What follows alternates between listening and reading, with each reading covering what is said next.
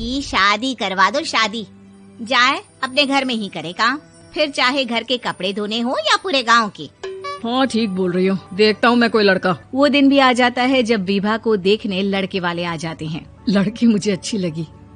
होने वाली सास कहती है, बेटी अगर कुछ पूछना है तो पूछ लो। वैसे तो हमारी लड़की बहुत ही शर्मीली है, जो बोल दो वो मान लेती है, इसे क्या पूछना होगा। अरे कैसी बात कर रही हो माँ, मुझे इन लोगों के घर रहना है, सवाल तो कई है। हाँ हाँ बेटा पूछ लो ना, क्या पूछना है। आप लोगों के घर कपड़े कौन धोता है? सास का मुंह बन जाता है।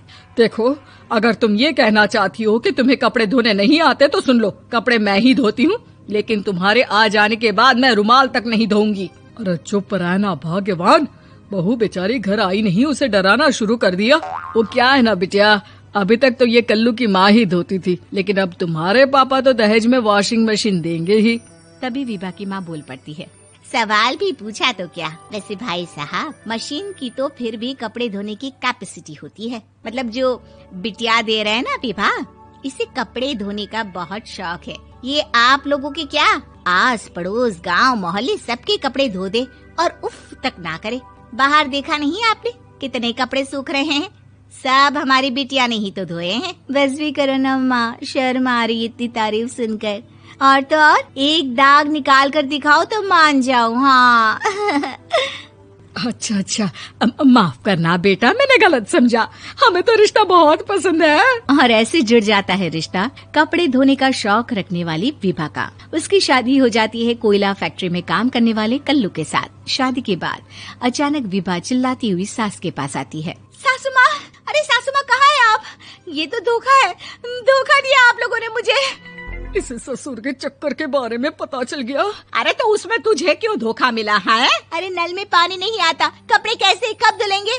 अच्छा तू पानी नहीं आ रहा उसकी बात कर रही है। तो आपने क्या सोचा? कुछ नहीं। अच्छा तेरी माँ ने कहा था कि कपड़े धोने का शौक है तुझे, याद आया मुझे।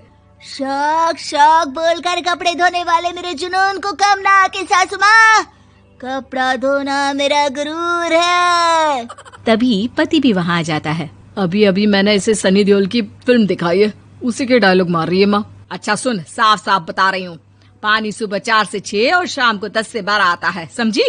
विभा टाइमिंग सुनकर हैरान हो जाती है। ये क्या भूतों का मोहल्ला है? सुबह 4 बजे उठकर कौन कपड़े धोता है? 4 बजे टंकी में पानी जाता है, फिर सारा दिन धोना ना, किसने मना किया? अरे कैसे बात कर रही हैं? 200 लीटर की टंकी में कितने कपड़े धो लूंगी मैं, सुबह ही उठ जाऊंगी मैं। अब क्या था, विभा सुबह 4 से लेकर रात के 12 बजे तक कपड़े ही धोती रहती। एक रोज सास पड़ोस से निकलकर कहीं जा रही होती है कि साथ वाली कहती है, हाँ कल्लू की माँ, जरा ये बताओ कि 2 साड़ी है, 2 ब्लाउज और एक पेटीकोट और एक नाड़े वाला लंबा कच्छा। हाँ तो? अरे तो क्या, कितना लोगी धुलाई ये बताओ। धोबन दिख रहे हैं हम क्या? हमारे पति सरकारी नौकरी से अभी रिटायर हुए हैं और बेटा सुपरवाइजर है कोयला फैक्ट्री में। धोबन समझ रखा है हमें?